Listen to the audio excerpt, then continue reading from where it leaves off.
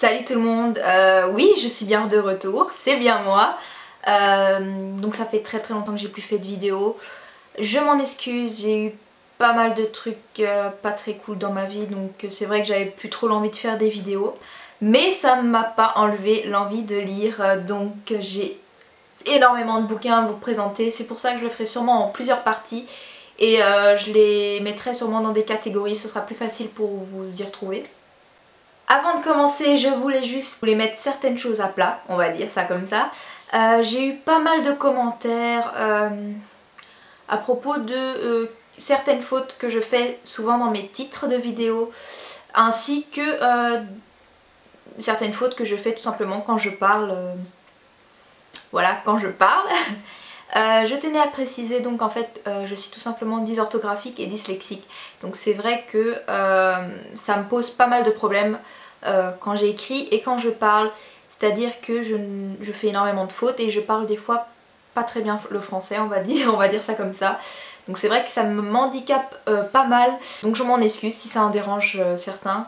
C'est vrai qu'on m'a déjà fait la réflexion, tu lis beaucoup de livres mais pourtant tu fais plein de fautes, et je sais, mais je peux vous assurer que avant que je ne lise autant, c'était bien pire. Mais bon, moi ça me dérange pas plus que ça, je m'y suis habituée, j'ai appris à vivre avec, mais je tenais quand même à préciser parce que je sais que ça en agace certains et je m'en excuse, mais je ne sais pas faire autrement. Donc voilà. Sinon on m'a aussi fait un commentaire, tu penses qu'aux filles, ou je sais plus, c'était un truc comme ça dans le genre. Et je m'en excuse aussi, c'est vrai qu'à chaque début de mes vidéos j'ai tendance à dire salut les filles. Tout simplement parce qu'en fait sur cette chaîne avant je faisais des vidéos principalement sur le maquillage et la beauté. Donc c'est vrai que j'ai pris l'habitude de dire salut les filles, alors que c'est vrai qu'il n'y a pas que des filles qui regardent mes vidéos. Voilà, je m'en excuse aussi. C'est parti, je peux commencer. Et je vais commencer cette catégorie, donc c'est des updates lecture. Donc tout simplement c'est des livres que j'ai lus, dont je vais vous parler. Donc cette catégorie-ci sera la catégorie dystopie.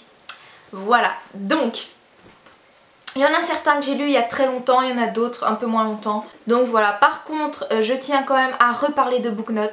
Si vous voulez voir les lectures que je suis occupée à lire en ce moment même, ou les livres que je veux, mon classement de livres, etc. Je vous mets ma page BookNote dans la barre d'informations et vous pouvez aller jeter un oeil tout simplement.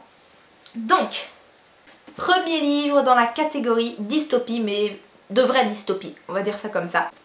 Voilà, c'est donc The Book of Ivy, et ce bouquin m'a un petit peu partagée, c'est-à-dire que ça a fait énormément de bruit et j'ai pas trouvé ça si extraordinaire. Après, je pense que le tome 2 va me plaire encore plus, parce qu'en fait le seul moment que j'ai attendu durant tout le livre c'était la fin, ce qui va arriver dans le tome suivant. Donc voilà, je vous conseille quand même ce livre, je vous lis le résumé et vous m'en direz ce que vous en pensez. Née pour trahir et faite pour tuer, sera-t-elle à la hauteur? Voilà 50 ans qu'une guerre nucléaire a décimé la population mondiale. Un groupe de survivants d'une dizaine de milliers de personnes a fini par se former, et ce qui reste des États-Unis d'Amérique s'est choisi un président. Mais des deux familles qui se sont affrontées pour obtenir le pouvoir, la mienne a perdu. Aujourd'hui, les fils et les filles des adversaires d'autrefois sont contraints de s'épouser chaque année lors d'une cérémonie censée assurer l'unité du peuple. J'ai 16 ans cette année et mon tour est venu. Je m'appelle Ivy Westfall, et je n'ai qu'une seule et unique mission dans la vie, tuer le garçon qu'on me destine, Bishop, le fils du président. Depuis ma plus tendre enfance, je me prépare pour ce moment.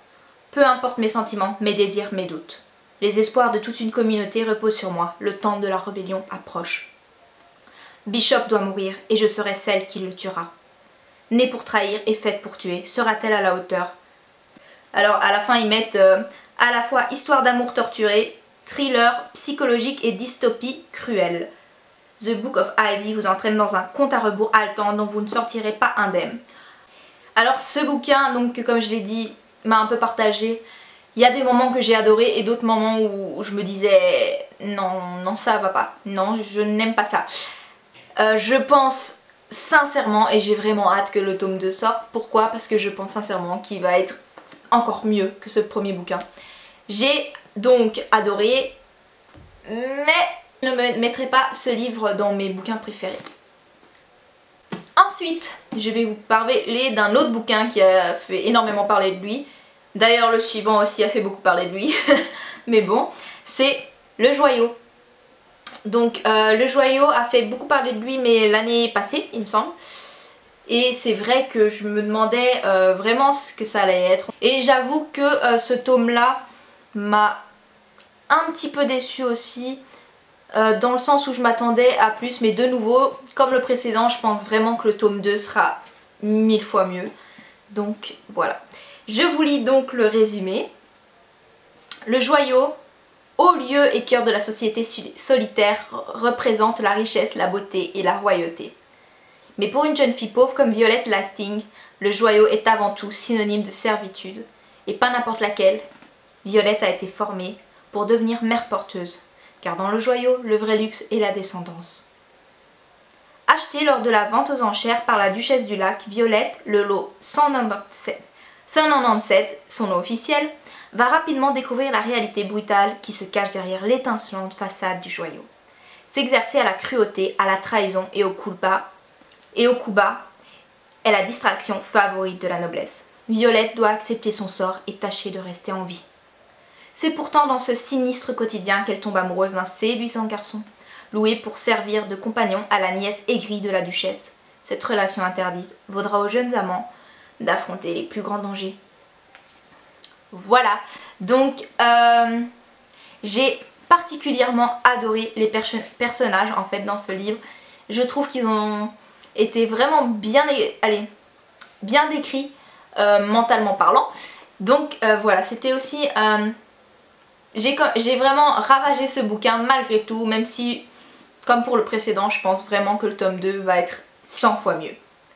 Et le dernier bouquin dont je vais vous parler, qui a aussi fait énormément parler de lui, L'Élite. Alors celui-là par contre, on me le comparait à Hunger Games, et là pour le coup, c'est quand même vrai. Je trouve qu'il y a beaucoup de ressemblances, même si l'histoire de base est pas réellement semblable. Enfin, vous allez tout de suite comprendre ça quand je vous lirai le résumé. Oserez-vous passer le test?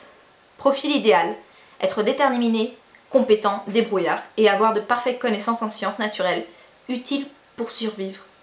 Objectif: le test récompense à la fois les guerriers et les sages. Les candidats qui ne réussiront pas les épreuves seront éliminés dans tous les sens du terme. Les candidats peuvent-ils renoncer à passer le test? Non. Une fois le test commencé, une seule issue: réussir les épreuves. La sécurité des candidats est-elle assurée pendant le test? La communauté unifiée n'est pas en mesure de divulguer ce genre de détails. Est-il déjà arrivé que des candidats meurent durant le test? La communauté unifiée n'est pas en mesure de divulguer ce genre de détails. Donc le résumé est quand même pas mal flou, donc je vais vous faire mon propre résumé en essayant de ne pas vous spoiler. Alors en fait tout simplement ça parle à la base d'écoles en fait, de personnes qui seront sélectionnées pour passer ces épreuves. Alors comme vous vous en doutez grâce au résumé, il semblerait que les épreuves ne sont pas ce qu'elles semblent être, et c'est à partir de là qu'on va se rendre compte que ça ressemble un petit peu à Hunger Games, dans le sens où il y a vraiment une forte présence de survie. Les personnages essayent de survivre et se rendent compte qu'il y a peut-être des mensonges cachés derrière tout ça. Mais j'ai adoré ce bouquin, j'ai vraiment hâte de lire le tome 2 parce que le tome 2 a l'air aussi bien. Mais je ne pense pas qu'il sera aussi bien que le tome 1 par contre. Je verrai bien. Et voilà, c'est tout pour cette catégorie. Je vous fais d'énormes bisous et je vous dis à très bientôt, puisque là je vais filmer d'autres vidéos, donc vous les aurez à la chaîne. Hein. Voilà, n'hésitez pas à me dire si vous avez lu donc un de ces 3 livres. Lequel avez-vous préféré si vous avez lu les 3, et dites-moi ce que vous en pensez tout simplement. Si vous avez des livres à me conseiller dans le thème dystopie, n'hésitez pas à me les mettre en commentaire parce que j'adore ça. Et voilà, je vous fais plein de gros bisous et je vous dis à très bientôt.